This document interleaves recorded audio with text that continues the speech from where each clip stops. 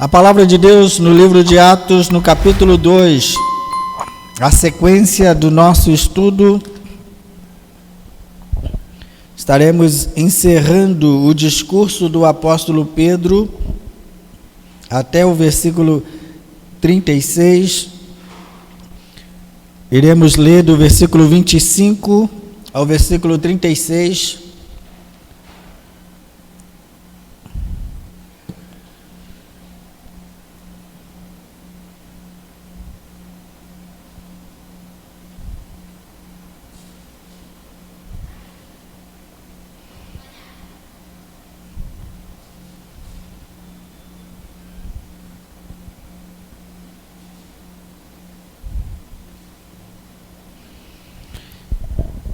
O texto da palavra de Deus nos diz assim: a respeito dele diz Davi: diante de mim via sempre o Senhor, porque está à minha direita, para que eu não seja abalado.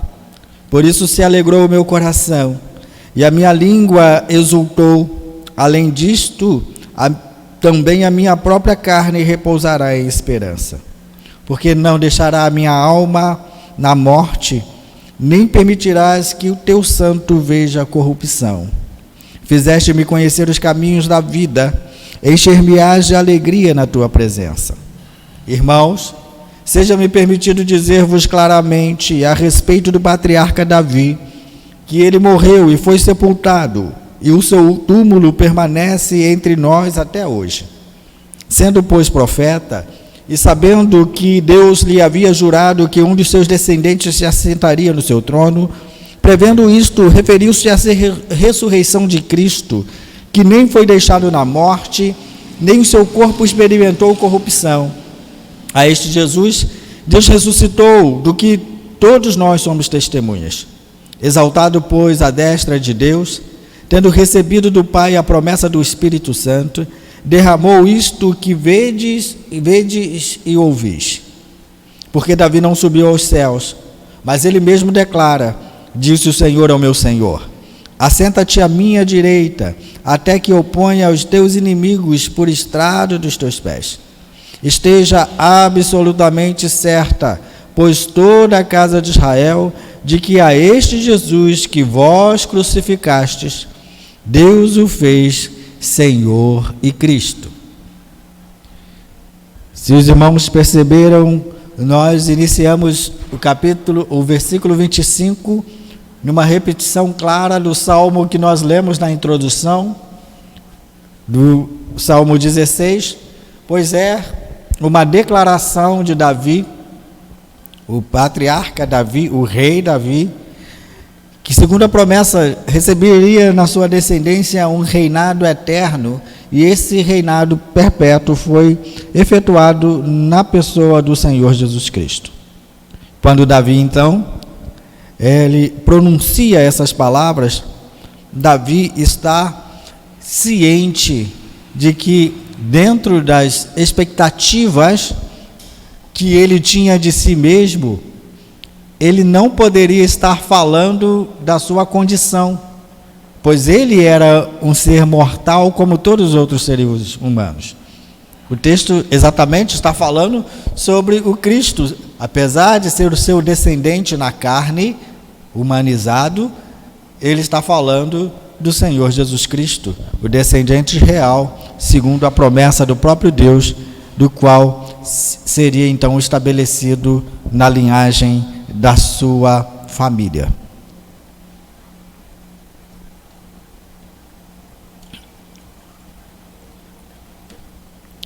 Algumas situações que a gente precisa fomentar e reforçar aqui é sobre alguns termos utilizados, tanto no Salmo 16, como foram utilizados aqui pelo apóstolo Pedro para dar validade ao que o povo estava testemunhando, como na descida do Espírito Santo no dia de Pentecostes. São palavras fortes e que nos farão meditar no quão importante é a proclamação do Evangelho da forma devida. né? Falamos aqui no início dos 4 princípios da proclamação do Evangelho. O Evangelho tem que anunciar a Jesus Cristo com clareza, mostrar os sinais proféticos que apontam para Cristo, a suficiência da salvação e da redenção.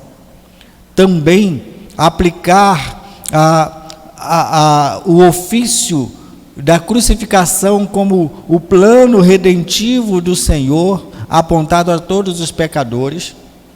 E também manifestar a realidade da ressurreição, para que, sendo apontada a ressurreição de Cristo, tenhamos nele mesmo a esperança da ressurreição. Ou seja, apontando esses 4 pontos ideais para os pecadores, não é? Certamente nós teremos então qualitativamente uma resposta necessária para aqueles que estão precisando de Jesus e para aqueles que ouvem, como está escrito no próprio texto, no versículo 13, que não dão nem bola para a explicação de Pedro, né? Nós, apesar de termos uma conversão de 3.000 almas no capítulo 2, nós podemos mensurar que 3.000 almas sequer ou possivelmente corresponderia naquela festa daquele dia 1% da multidão que ali estava, né? Então é massiva a conversão. A gente entende que 3.000 almas num primeiro sermão da igreja foi algo impressionante, mas se considerarmos a quantidade de pessoas que ali estavam, né, naquele dia de festa, certamente não corresponderia a 1% daqueles que estavam frequentando a festa do Pentecostes. O que nós temos a considerar então? As primeiras considerações doutrinárias de Atos 2, de 25 a 28. E nós entendemos então que os escritores do Antigo Testamento sabem que ninguém pode escapar do poder da morte e que todos descem à sepultura no tempo designado.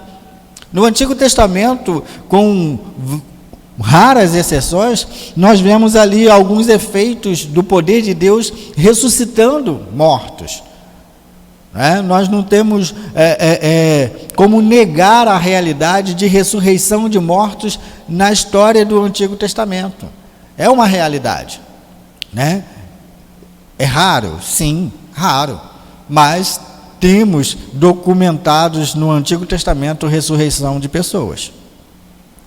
Contudo, os escritores do Antigo Testamento, eles usam da forma generalizada, né, mostrando que as ressurreições que aconteceram no Antigo Testamento se referem a algumas exceções, alguns estágios do milagre, manifestação do poder de Deus, né? E mostrando que então, naturalmente, todo ser humano está destinado a morrer e o seu corpo passar pelo processo de decomposição, né? E é isso que nós entendemos como é importante o Salmo 16 e a repetição do apóstolo Pedro nesse sermão que ele está pregando aos israelitas daquele tempo. Eles sabem também que Deus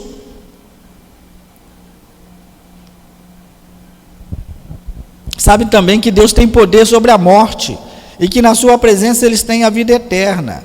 Dessa forma, Jó declara confiantemente que apesar de a morte destruir sua pele na tumba, ele verá a Deus na sua carne. O escrito do Velho Testamento sempre coloca como vislumbre uma esperança das pessoas que viviam nesse estágio, nesse tempo, a realidade de que Deus se manifestaria e que o homem veria a Deus na sua própria carne.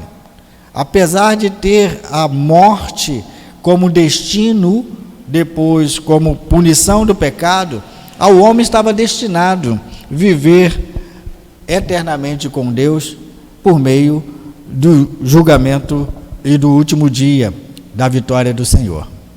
Jó, ao descrever isso, é claro que Jó está falando de algo bem presente e que ele justamente está passando por um momento de experiencialismo ou de experiência com Deus através do sofrimento. Então, quando ele fala que está vendo a Deus na sua carne, ele vai falar isso em relação ao livramento da enfermidade que ele tem. Mas é também um vislumbre do que se fala no Novo Testamento, onde a igreja que prega a ressurreição de Cristo também se alimenta dessa esperança da ressurreição do corpo no último dia. É prioridade para a igreja, ressurreição do corpo, assim como o nosso mestre ressurgiu. Então, a igreja que não prega a ressurreição do corpo, é uma igreja sem esperança, como está escrito lá em 1 Coríntios capítulo 15. O que acontecia na igreja de Corintos? Havia uns corintianos, que não acreditavam que a ressurreição acontecia. E por não acreditarem nisso, eles duvidavam então de que Cristo teria ressuscitado. Se não há ressurreição, Paulo usa então uma técnica de silogismo, de lógica, para dizer aos corintianos: se não há ressurreição, Cristo não ressuscitou. E se Cristo não ressuscitou, é vã a nossa pregação. Por quê? A pregação apostólica, ela está repousada na morte e na ressurreição de Jesus Cristo. Isso é a pregação de esperança da igreja, tá bom?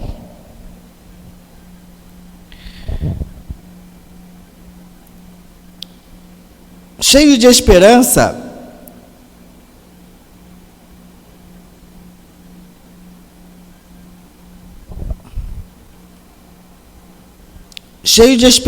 Davi também afirma que verá a face de Deus e terá acesso a Ele depois da morte. Nós temos hoje, estávamos falando lá na classe de discipulado sobre algumas crenças que nós, que apesar de termos a maioria acreditando na imortalidade da alma, há um nicho evangélico que não acredita que a morte é eterna, que a alma é imortal, tá? Então, o que nós temos como declaração do Salmo é que essa alma é imortal. Essa alma é imortal, E essa alma Deus recolhe, assim como nós vemos o escritor aos Hebreus dizendo que ao homem está destinado morrer uma vez, vindo depois disso o juízo, O espírito, o corpo vai à sepultura porque o corpo é pó, e o espírito vai a quem? A Deus que o deu, Nisso aí interpretamos como a figura da alma ou a doutrina da imortalidade da alma. Asaf confessa que está sempre junto de Deus, que o levará para a glória, mesmo quando o seu ser físico fenecer, ou perecer, ou se consumir. Deus é a sua porção para sempre. Está escrito lá em Salmo 73, 23 e 26. Então, no que a esperança da igreja reside? De que, sim, o nosso corpo está sendo preparado, apesar de conhecermos a corrupção da carne, nosso corpo será ressuscitado em glória, em semelhança ao corpo de Jesus Cristo, para vivermos com Ele a eternidade. Temos vivido uma dificuldade de, nos últimos dias, não termos pregações específicas com esse fim.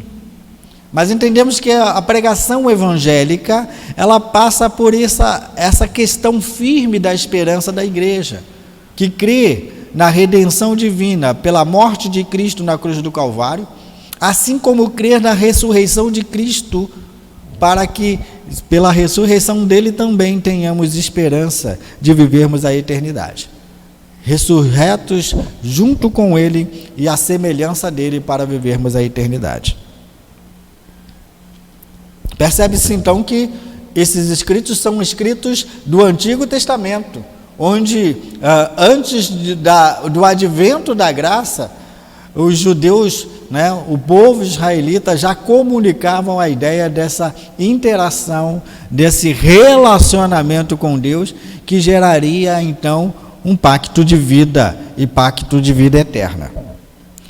Agora no Novo Testamento nós vemos os cristãos primitivos aplicando o Salmo 16 a Cristo.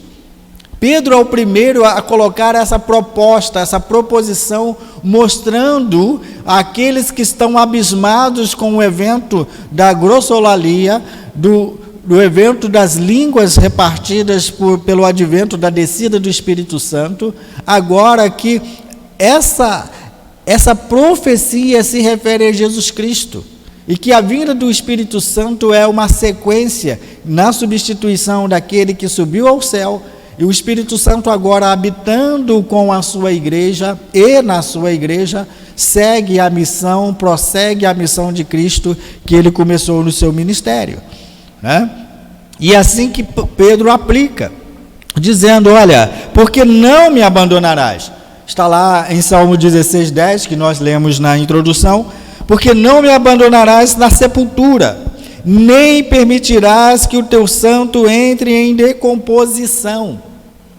Esse é o termo, que o corpo, e aí nós entendemos que essa é a figura que Davi está se referindo a Jesus Cristo, porque Cristo morreu, ficou 3 dias retido na sepultura, e o seu corpo não chegou o efeito da putrefação, da decomposição que é normal a qualquer ser humano, Eu já disse aqui que na terça-feira passada que é natural que quando você sepulta uma pessoa, depois de 2 anos você só encontra os ossos, porque a carne já foi consumida.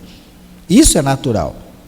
Então Davi está falando exatamente da pessoa de Jesus Cristo, que o seu corpo não sofreu decomposição, não apodreceu,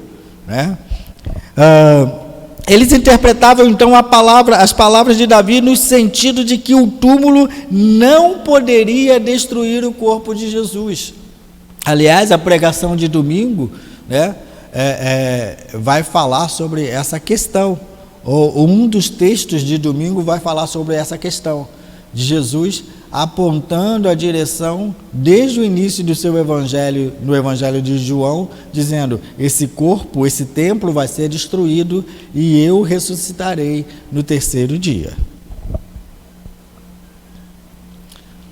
Em hebraico, a palavra destruir, sará, tem a mesma raiz de sepultura, e nós encontramos então essa figura utilizada no Novo Testamento de maneira diferente, É o Hades, que muitas pessoas no inglês traduziram como inferno, mas o Hades é sepultura, ou Sheol, no hebraico, e muitas vezes, às vezes nós temos alguns hinos, de origem até pentecostal,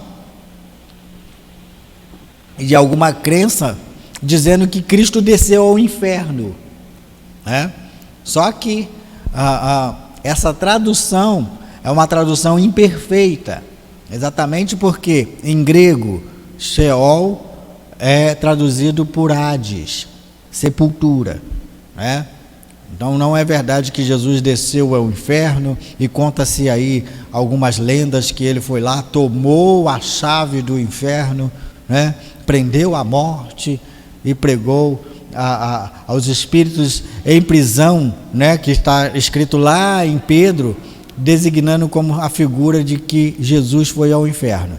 Não é verdade e não tem nenhum senso de verdade nisso, É porque as traduções para o inglês foram uma tradução prejudicada. O sepulcro então é a cova, e é o lugar onde o corpo é destruído. Todas as pessoas que vão para a sepultura, tem esse é o prazo de validade aí e durante pelo menos 2 anos o seu corpo está completamente desfeito. O corpo de Cristo não viu essa decomposição, né? Diferentemente de todos os outros seres humanos, o corpo de Cristo não viu essa decomposição, né? Uma coisa interessante, quando você abre lá o Evangelho de João, você encontra lá uma situação em que, no capítulo 11, Marta está chorando, Maria está chorando, e quando eles choram, eles estão dizendo para Jesus: Senhor, o Senhor chegou atrasado, se o Senhor estivesse aqui, meu irmão não teria morrido. E Jesus faz menção de ir ao sepulcro, né? E quando Jesus ordena tirar a pedra, qual é a primeira observação de Marta? Senhor, né? Como se dissesse hoje em dia, no século 21, o senhor está de brincadeira, né? O corpo está cheirando mal, está em decomposição, ele já está aí há 4 dias, né? Então, naturalmente, passou de 3 dias aí, o corpo já começa a cheirar mal, né? Então, diferentemente de qualquer outro ser humano, Jesus não teve essa decomposição do seu corpo, né? Ele foi glorificado na sua ressurreição. O que nós entendemos que, consequentemente, a promessa de Deus não foi cumprida em Davi. Assim como Pedro diz: olha, a sepultura de Davi está entre nós. Nós não temos notícia de que Davi tenha ressuscitado. Então, no Salmo 16, Davi não está falando de si mesmo, ele está falando de seu descendente, ele está falando de Cristo, né? Davi também é reconhecido como um profeta, tá? Pedro tem razão, né? Esse comentarista, esse é o comentário de Kistemaker, ele diz assim: Pedro tem razão. Essa maravilhosa palavra do Salmo ainda não se cumprira de fato em Davi. E Pedro é ousado ao dizer que o patriarca Davi morreu e foi sepultado, e o seu túmulo permanece entre nós até hoje. Qualquer criança conhece o túmulo de Davi em Jerusalém, né? O escritor está colocando então como evidência de que as pessoas que morreram, eles têm lembranças sobre a sepultura de Davi, porque ela está registrada lá, né? Davi foi sepultado lá, né? Então, essa é a declaração de Pedro. É claro que há 2000 anos atrás, né, eu acho que as sepulturas eram bem preservadas a ponto das pessoas entenderem o conceito da pregação de Pedro, né? Naturalmente, hoje você vai encontrar aí como resquício de achados arqueológicos, mas naquela época provavelmente a sepultura de Davi estava intacta. Esse ungido do qual Davi fala no Salmo é Jesus, né? Davi não está falando de si mesmo, Davi está falando de Jesus. Ao mesmo tempo, queridos, como eu falei, a proclamação da igreja, ainda que Davi esteja falando do momento da ressurreição de Cristo, a pregação da igreja reside no fato de que testemunhas oculares da ressurreição de Cristo podem nutrir a esperança de que eles também terão seus corpos ressuscitados, para que a semelhança de Cristo eles possam usufruir da eternidade com Deus. E aí nós vemos a situação aí do que é ser cheio do Espírito Santo, né? Davi, o texto nos traz uma evidência de que ali naquele momento de Atos 2, o povo foi batizado com o Espírito Santo. E já falamos aqui que esse é um evento único, mas a gente vai apresentar algumas palavras e algumas definições que mostram que ser cheio de Espírito Santo é diferente de ser batizado com o Espírito Santo, né? E qual é o momento do batismo com o Espírito Santo, né? As pessoas costumam perguntar a um presbiteriano se ele é batizado com o Espírito Santo, ou se ele já foi batizado com o Espírito Santo. A resposta ideal é sim. Sim, porque todos que estão ligados no corpo de Cristo têm que ser batizados obrigatoriamente no Espírito Santo.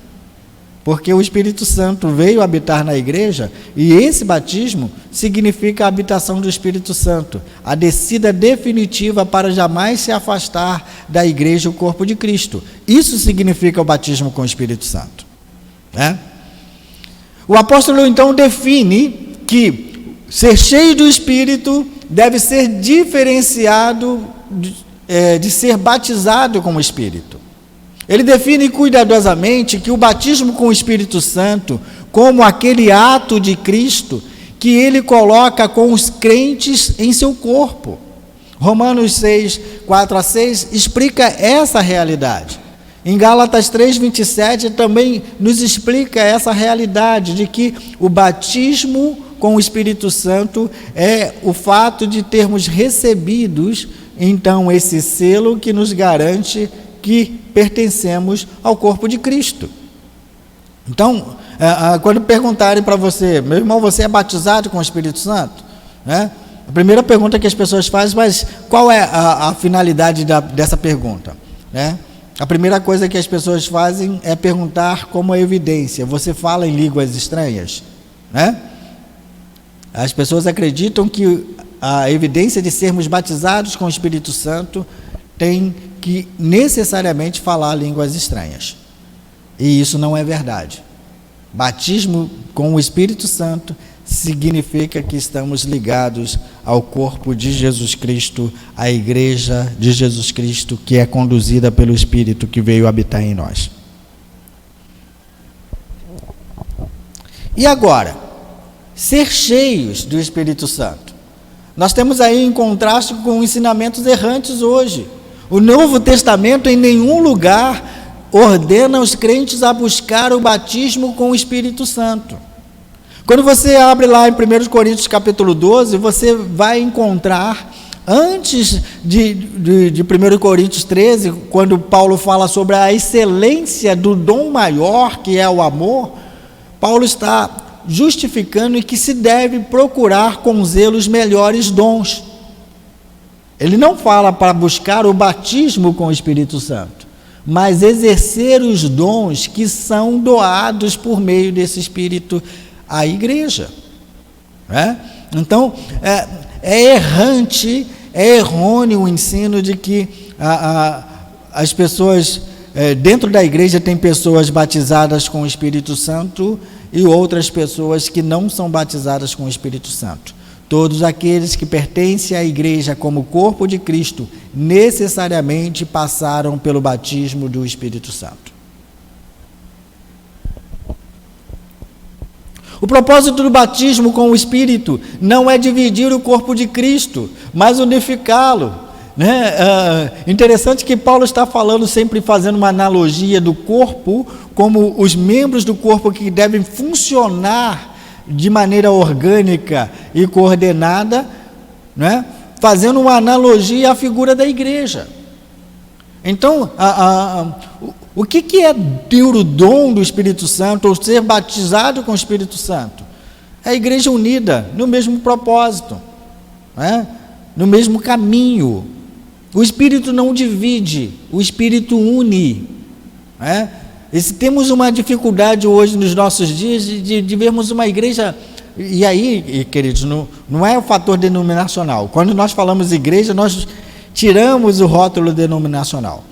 A igreja está dividida entre si, porque nessa visão as pessoas sempre colocam gente com algum dom especial e acha que por ter esse dom eles mereceram, eles buscaram, fizeram por merecer.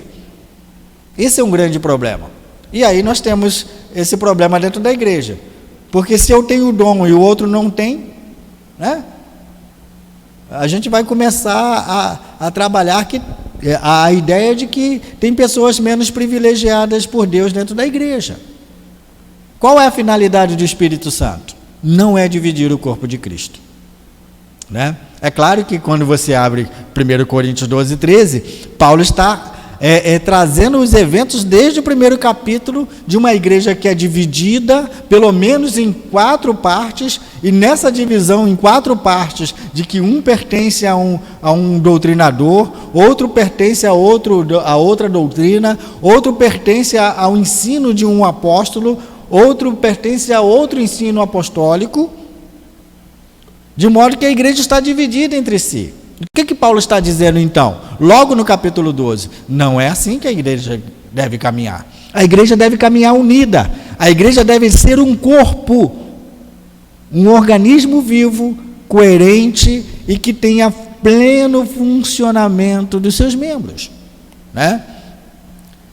Paulo escreve que através do batismo com o Espírito, todos nós fomos batizados em um corpo.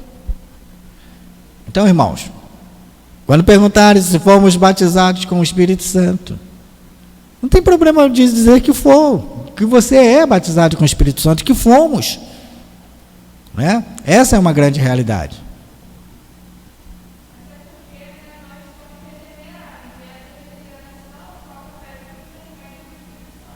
Só pela presença do Espírito Santo.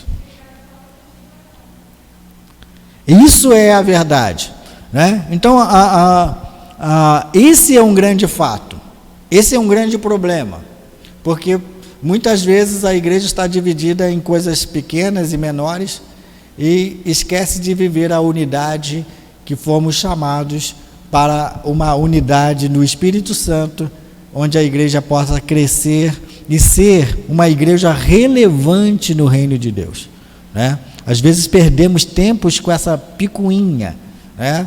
Novamente falando, quando nós falamos igreja, irmãos, nós não estamos falando da Igreja Presbiteriana do Brasil, nós não estamos falando da Igreja Batista, da Igreja Congregacional, nós estamos falando da Igreja do Senhor Jesus Cristo, que vive com essas picuinhas, essas dificuldades até hoje, né? E a Igreja Redimida a Igreja Redimida, eu não tenho problema com isso, né?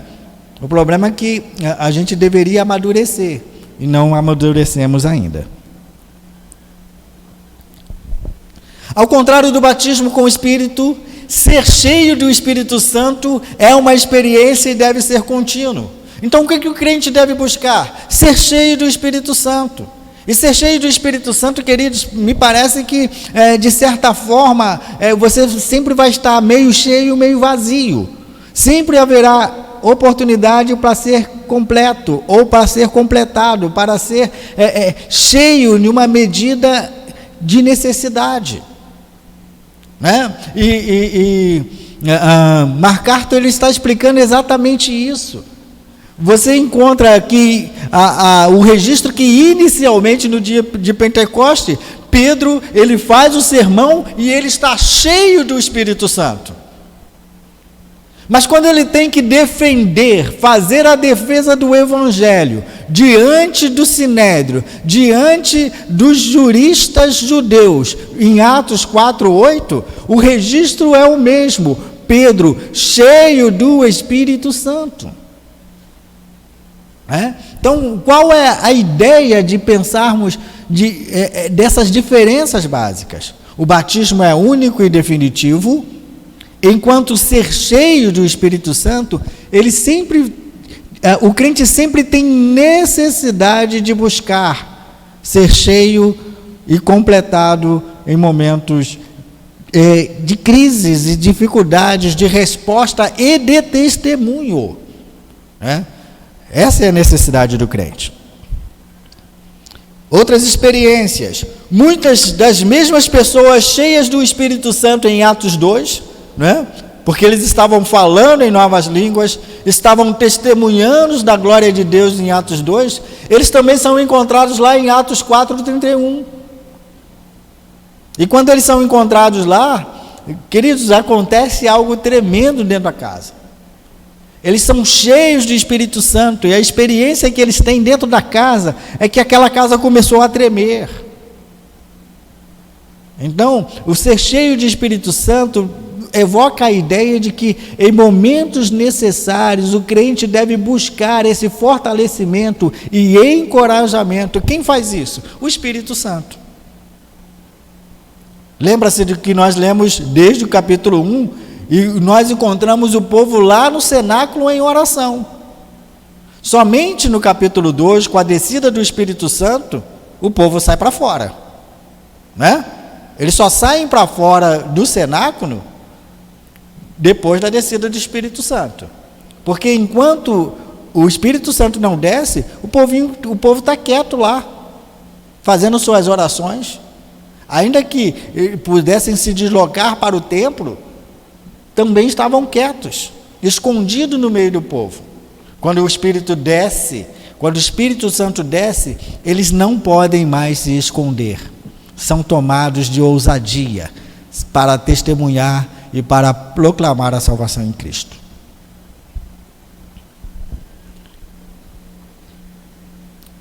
Atos 6,5 também descreve Estevão como um homem cheio de fé e do Espírito Santo.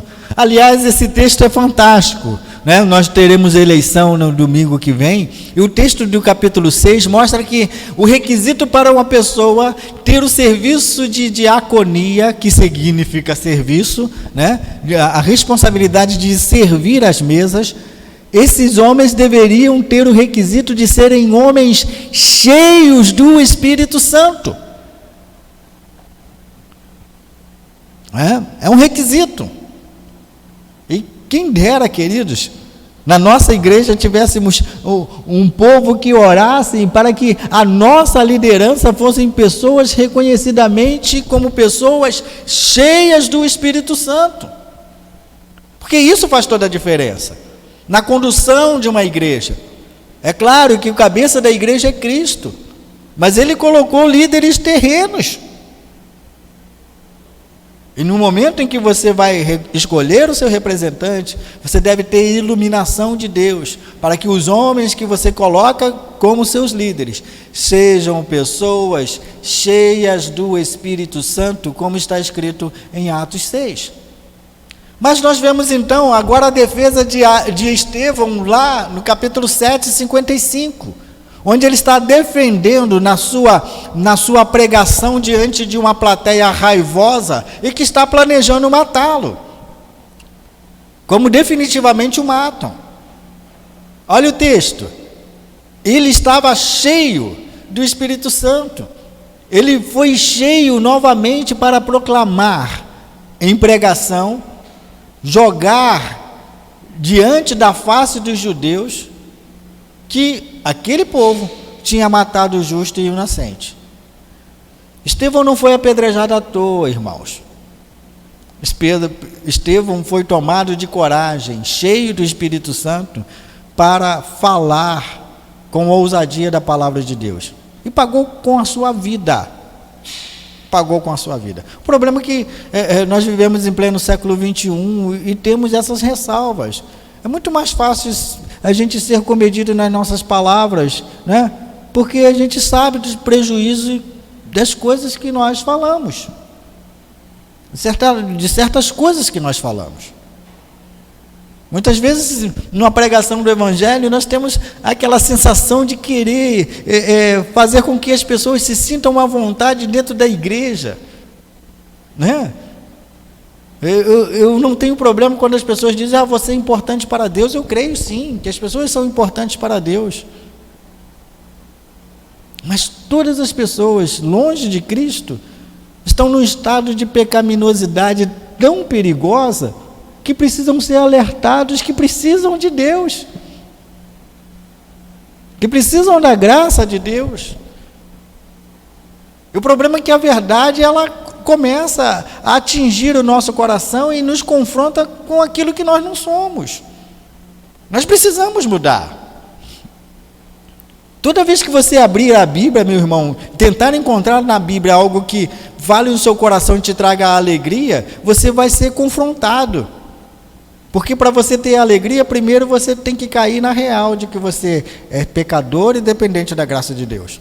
Ele só vai te dar alegria e contentamento depois que você cai na real, né?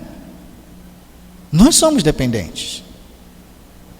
E às vezes nós temos uma pregação muito facilitada. E essa pregação, ela não traz benefício a quem prega e não traz benefício a quem ouve a pregação. Esse é um grande prejuízo que nós temos. E é comum a gente ouvir críticas. O pastor foi pesado hoje. O presbítero falou coisas que são pesadas, né? Eu costumo dizer que quando as coisas são pesadas assim, a Bíblia está falando, não sou eu. E provo que a Bíblia está falando, né?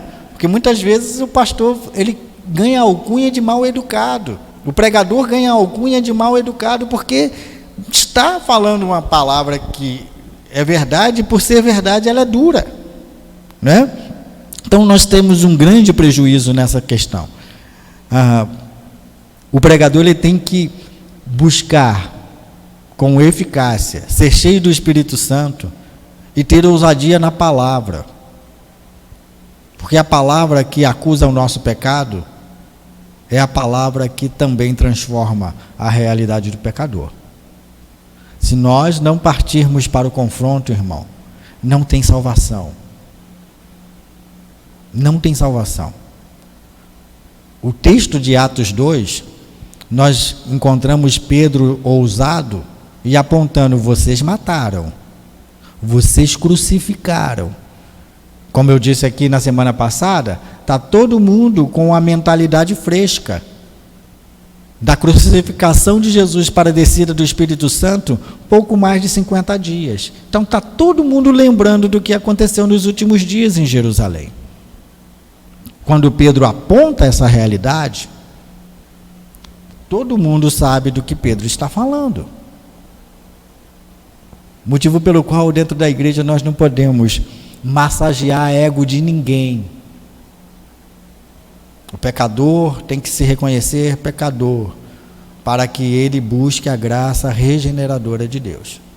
Se tivermos compromisso com a verdade, meu irmão, provavelmente você vai desagradar muitas pessoas.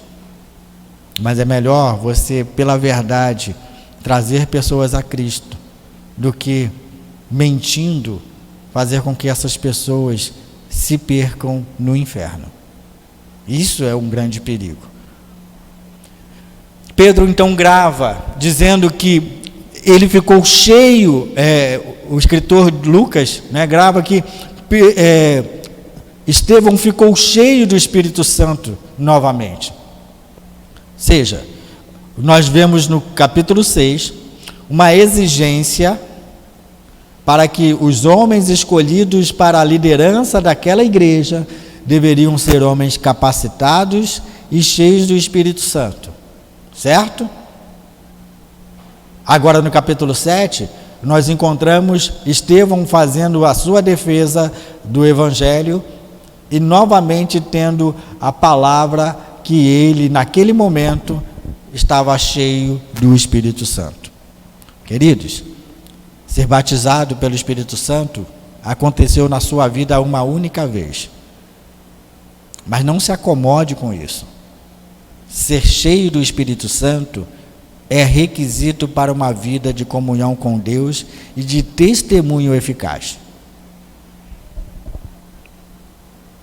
Paulo ficou cheio do Espírito Santo em Atos 9:17 e novamente em Atos 13, verso 9, né? E ficar cheio do Espírito Santo foi coisa assim fantástica, irmãos, quando você vê Paulo lá em 9:17. Ananias está em direção para ele e diz: Paulo, irmão Paulo, o Senhor Jesus que te apareceu no meio do caminho, me enviou até você, mandou que eu impusesse as mãos sobre você e que você fosse cheio do Espírito Santo. Ananias tem essa responsabilidade.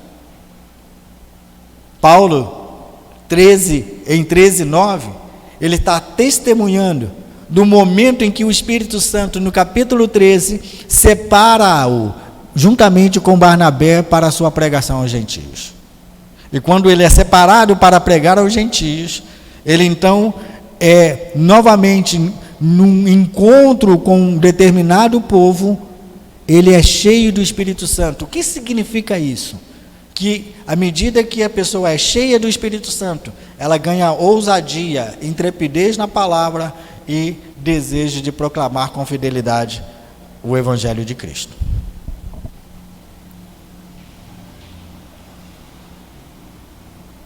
As considerações doutrinárias que nós encontramos lá no capítulo 2, versículo 36, e olha que é uma coisa interessante, um versículo só, né? A última palavra de Pedro dizendo, esteja absolutamente certa, nós encerramos esse texto, né? Pois toda a casa de Israel, de que a este Jesus que vós crucificastes, Deus o fez Senhor e Cristo. Veja que considerações interessantes. Os dois títulos, Senhor e Cristo, eles são significativos. Senhor, porque Cristo é exaltado como Senhor de toda a criatura, né? E ele foi colocado nessa posição, elevado a essa posição, como nós encontramos no versículo 36. Deus o exaltou de maneira soberana, no versículo 33, e foi colocado à destra do Pai. Esse título Senhor mostra que ele ganhou o domínio sobre todas as coisas, como prêmio da sua fidelidade para o caminho da cruz. O título de Cristo, ele é o Messias prometido, e esses títulos nós encontramos então que Deus mesmo concedeu esses títulos a Jesus, né? Nós temos tanta necessidade de que as pessoas nos reconheçam pelo que nós somos, pelo nosso papel de liderança, né? Exigimos respeito pela nossa posição. É claro que qualquer pessoa deve ser respeitada, né? Ainda mais um líder de uma igreja, né? Ele deve ser respeitado por ser liderança, sim. O problema é que quando impomos esse respeito acima da medida, fazendo essa separação, né? Está aí um evento que vai acontecer no domingo. Quem é eleito, irmãos, para ser presbítero e diácono? É tirado do meio da igreja, é tirado do meio dos iguais, né? Então, o direito de respeito que um presbítero tem, né, não é porque ele é maior do que ninguém, porque quando ele é tirado do meio dos iguais, então que ele vai passar a exercer papel de liderança. Ele não é superior, né? O próprio pastor, o pastor, ele tem que servir primeiro, ele tem que ser servo. O pastor que está cheio de títulos aí, é reverendo, é pastor, é psicólogo, tem doutorado em divindade, ele não é nada mais do que servo, irmão, né? Ele tem que servir, ele precisa servir, ele merece respeito, mas ele é servo. Todo mundo está nessa mesma condição. Nós encontramos então, o título Senhor pertence a Jesus, e em vez de a Deus o Pai, pois os escritores do Novo Testamento, para fazer essa discriminação, essa separação entre as pessoas da Trindade, eles então colocam sempre o Senhor Jesus na condição de adoração, denominando-o pelo título de Senhor, né? E no Novo Testamento eles declaram que todo joelho deve se dobrar diante dele e toda língua confessar que ele é Rei dos reis e Senhor dos senhores, né? Esse posicionamento que nós encontramos em que Cristo é adorado no Novo Testamento sempre recebe o título de Senhor, até no livro de Apocalipse que nós estudamos. Pedro menciona os acontecimentos históricos bem conhecidos de seu público. Dessa forma, ele liga os nomes a Jesus Cristo, a Jesus e Cristo, né? No versículo 31, como nós encontramos.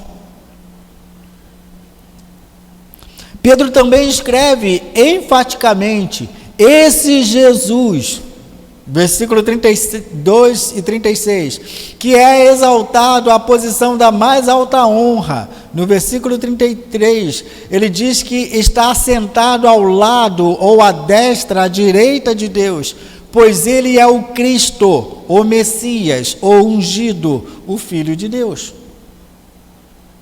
Por que esses títulos são tão importantes para nós? Queridos, primeiro porque ele nos chama para uma posição de reverência e coloca assim Jesus Cristo na condição de Deus, de um ser a ser adorado, né? E devidamente adorado, juntamente com o Pai e com o Espírito Santo.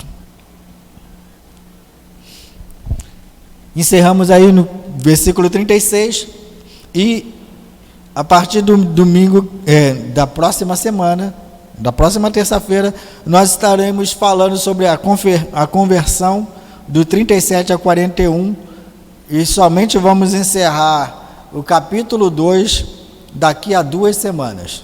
Tá bom, irmãos? Vamos devagar para que o aprendizado possa ser eficiente. Está aí a fonte das nossas pesquisas, a fonte dos nossos estudos. Se você quiser e tiver interesse por ler alguma dessas obras, são comentários, né? Não são livros para serem lidos com um tema específico, são comentários dos textos bíblicos. E se você tiver interesse, é só me pedir que estará à disposição de vocês aí por meio de PDF, tá bom?